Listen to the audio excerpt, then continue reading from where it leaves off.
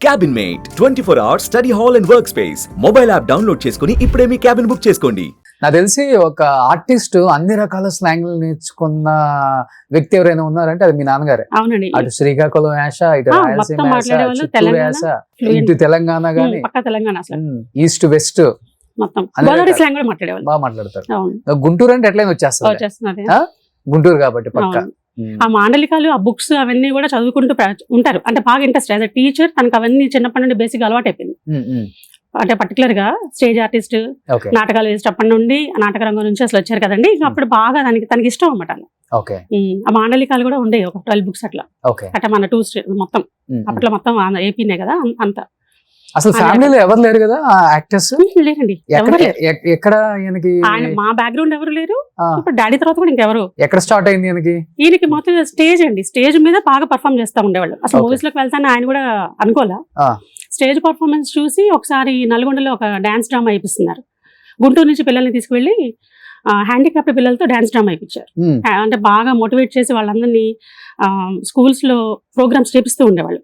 Municipal high స్కూల్లో, government school teacher. అంటే అప్పట్లో ఎంత యాక్టివిటీస్ ఉండేవి కాదు కదండి. అవును. 80s లో అంటే ఏదో చిన్న చిన్న అట్లా కాదు. ఇంకా అంటే ఈయనలో ఉన్న టాలెంట్, ఆ పిల్లల్లో ఉన్న టాలెంట్ కలిపి మంచి మంచి ప్రోగ్రామ్స్ ప్లాన్ చేసేవాళ్ళు.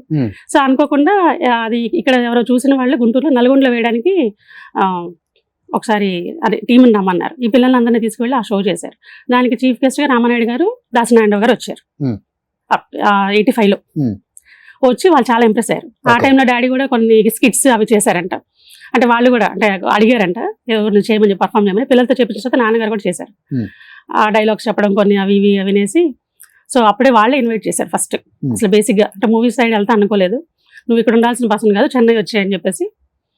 సో వాళ్ళ మేనేజర్స్ వాళ్ళ రిలేటెడ్ నంబర్స్ ఇచ్చేసి రమ్మన్నారు. ఇక అట్లా చిన్న చిన్న క్యారెక్టర్స్ వెళ్ళారు. కానీ ఇంకా అక్కడ ఉన్నారు, చెన్నై వెళ్ళిపోయి. తన ఫ్యామిలీ అంతా మేమంతా ఇక్కడే ఉన్నాం గుంటూరులోనే. కానీ తను అనుకున్నంత ఇదైతే రాలేదు. వాళ్ళ 10 years movies ఉంటారు గట్టిగా. 5 years ఉన్నారు. 5 years 85 to 90. మళ్ళీ వెనక్కి వచ్చి ఆఫర్ లేక 90 లో మళ్ళీ ఇబ్బందులు వచ్చేసారు. పడ్డారు. ఓకే. అప్పుడు అసలు ఆఫర్స్ లేవు. పైగా తను అక్కడ ఉండడం, మేము ఇక్కడ ఉండడం, పిల్లలు మళ్ళీ పెరుగుతున్నారు. అక్కడ తనకి అంతా అంటే తన వరకు తనకి సరిపోయేది. కానీ మళ్ళీ అంతా ఇక్కడ నుండి తీసుకువెళ్ళడం, ఏదైనా స్టఫ్ అదే మొత్తం. ఓకే. అంటే ఇక్కడ లాస్ ఆఫ్ ప్లేస్. నాన్నకి అప్పుడు మున్సిపాలిటీలో పర్మిషన్, మా తాతగారు వల్ల పర్మిషన్ ఇచ్చారు. సో అది పోస్ట్ అయితే ఉంటది, teacher post. Okay. But loss of salary ఉండదు. ఓకే. సో నాన్నగారు కుటుంబం అసలు ఏంటి, బ్యాక్గ్రౌండ్ ఏంటి వాళ్ళది? మా తాతగారు కూడా చుండూరు అండి, అంతా గుంటూరు జిల్లానే. మా నాన్నమ్మ గారు కొల్లిపర. ఓకే. తాతగారు పోలీస్ ఆఫీసరా? తాతగారు పోలీస్ ఆఫీసర్. ఓకే. ఆయన 19 years కే హెడ్ కానిస్టేబుల్ గా సెలెక్ట్ అయిపోయారు. ఓకే. చాలా చిన్న ఏజ్ నుంచి.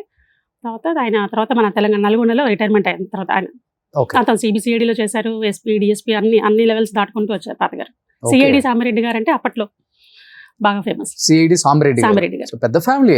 పెద్ద ఫ్యామిలీ, బ్యాక్గ్రౌండ్ పెద్దదే.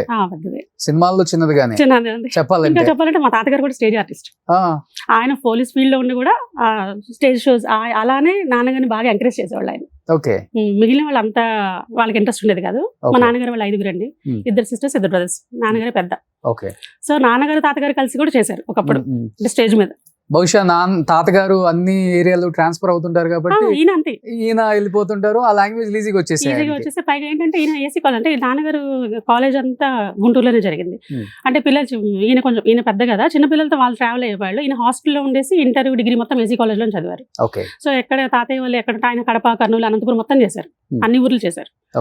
అప్పుడు ఈయన నాన్నగారు హాలిడేస్ కదా వెళ్ళేవాళ్ళు. ఇంకా అక్కడ లాంగ్వేజ్ అంతా ఆయనకంట ఫ్లూయెంట్ గా రావడానికి కూడా ఏంటంటే ఆ ట్రావెల్లో ఆయనకి అవుట్ ఆఫ్ ఇంట్రెస్ట్ మొత్తం నేర్చుకుంటూ అంటే వచ్చేసింది ఆయనకి అట్లా.